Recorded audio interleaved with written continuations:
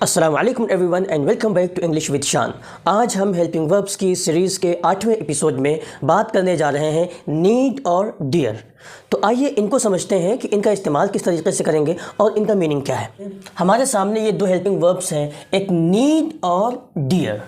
तो इनके इस्तेमाल से पहले आइए हम समझते हैं कि इनका मीनिंग क्या है। तो नीड का मीनिंग है टू रिक्वायर समथिंग और to think that something that is necessary. इसको उर्दू में अगर हम लें तो इसका मतलब हुआ ज़रूरत होना,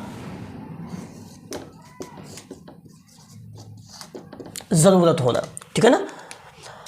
अब देखते हैं डियर का मतलब क्या है। तो डियर का मतलब है have the courage to do something, to be brave enough to do something.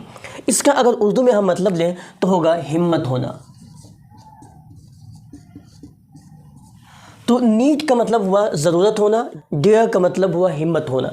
इन दोनों का इस्तेमाल दो हैसियत से होता है। एक इनका इस्तेमाल होता है मेन वर्ब की हैसियत से, दूसरा इनका इस्तेमाल होता है सेमी मॉडल वर्ब्स या हेल्पिंग वर्ब्स की हैसियत से। तो आइए देखते हैं। Need and dare both are used as main verb number 1, number 2 semi modals या हेल्पिंग वर्ब्स। तो दो एतबार से इनका इस्तेमाल होता है। तो आइए अब इन दोनों को हम मिसाल के साथ समझ लेते हैं ताकि बात बिल्कुल वाज़ेह हो जाए। इसलिए कि इसमें अक्सर लोग क्या है कंफ्यूज होते हैं कि ये need as a main verb है या need as a helping verb है। तो आइए इसको बहुत कायदे से हम समझ लेते हैं।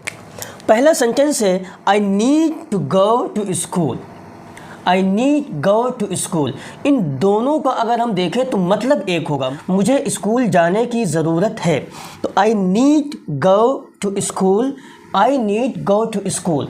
तो अब देखेंगे जो पहला वाला है आई नीड टू गो, इसलिए कि यहाँ जो पहला वाला है यहाँ ये नीड जो है ये मेन वर्ब है,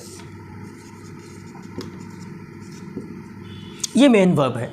इसका अंदाज़ा कैसे हमें हुआ कि ये मेन वर्ब है, इसलिए कि टू गो ये इन्फिनेटिव है और इसका मतलब हुआ जाना। टू स्कूल स्कूल, तो टू गो ये इन्फिनेटिव हो गया, ये मेन वर्ब नहीं रहा। तो जब ये मेन वर्ब टू गो नहीं रहा तो नीड ही क्या है मेन वर्ब बन जाएगा। इसलिए कि सेंटेंस के अंदर एक मेन वर्ब का होना वो ज़रूरी है। टू गो टू स्कूल ये बन जाएगा object, object. Need main verb, I subject. अब देखें यहाँ पे दूसरी मिसाल हम देते हैं कि I need go to school. यहाँ पे क्या है, जो गो है ये मेन वर्ब है, मेन वर्ब, और नीड यहाँ पे क्या है हेल्पिंग वर्ब है, ठीक है ना। क्योंकि गो ये अपनी फुल फॉर्म में है, क्योंकि गो यहाँ पे क्या है मेन वर्ब है, नीड यहाँ पे जो है ये हेल्पिंग वर्ब है। तो I need go to school, मुझे स्कूल जाने की ज़रूरत है। तो ये बुनियादी फ़र्क है, ठीक है ना। अब देखें ये दो सेंटेंस हैं, he dares to say against me, he dare say against मी।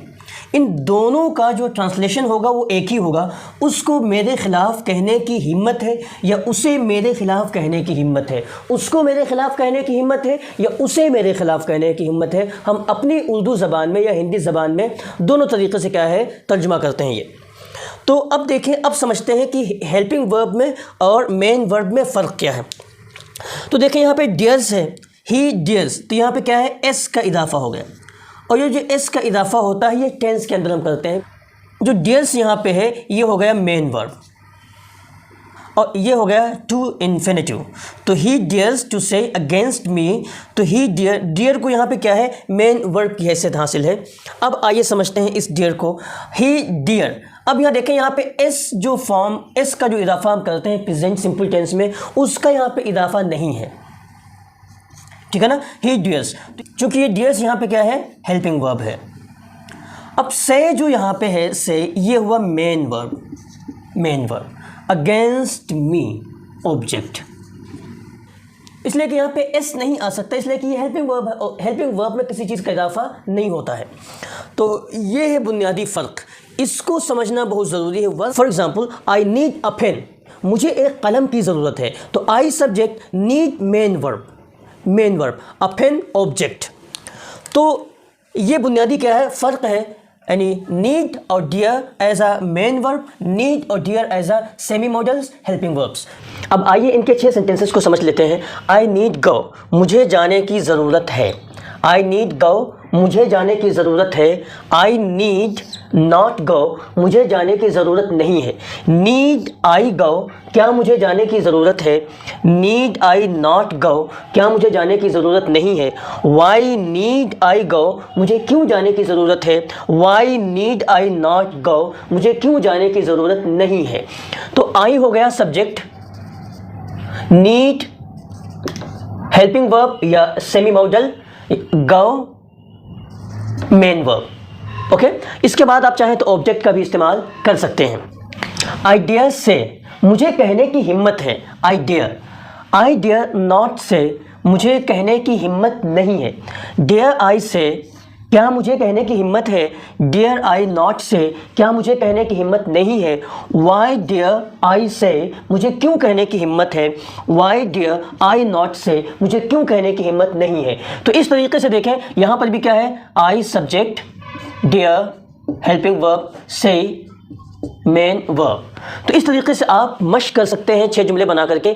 इससे क्या होगा, सारे रूल्स इसी में समझ करके आ जाएंगे और बोलने में, लिखने में ये आपको काम आएंगे। अलग से आपको रूल्स याद करने नहीं पड़ेंगे। नीड और डियर, इन दोनों का यूज़ हम नेगेटिव फॉर्म और इंट्रोगेटिव यानी मंफी और सवालिया, इन दोनों के लिए ज़्यादा करते हैं, ठीक है ना। बकिया इनका इस्तेमाल नहीं ज़्यादा है, लेकिन इन दोनों के लिए इस्तेमाल इनका बहुत ज़्यादा है।